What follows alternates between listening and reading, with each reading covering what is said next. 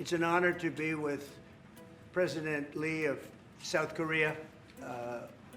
We've known each other and gotten along very well. The day had started ominously for South Korean President Lee Jae-myung, making his first visit to the White House to meet President Trump. There had been a message from President Trump on Truth Social asking what's going on in South Korea. Is this a purge or revolution? And that had put Seoul officials on edge before this critical meeting for President Lee, who had only taken office in early June. His presidency had been building to this moment at the White House. The summit had the potential to really air some dirty laundry between the two countries, but what emerged was actually very close ties between the two leaders. There was a charm offensive clearly by Seoul. President Lee thanked and complimented and praised President Trump for his role in global leadership. The Trump-Lee summit wasn't only about feelings, however. There was lots of business that happened. Yeah, I think we have a deal done.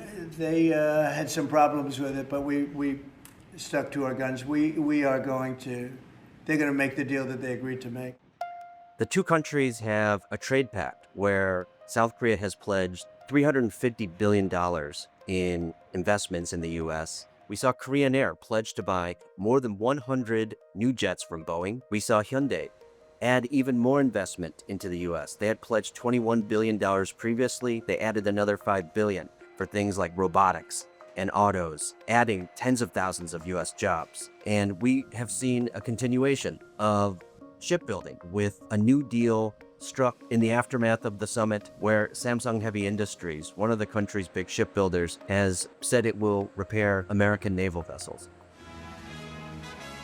He was not at the Trump-Lee summit, but one person who came up very frequently at the White House was North Korean leader Kim Jong-un.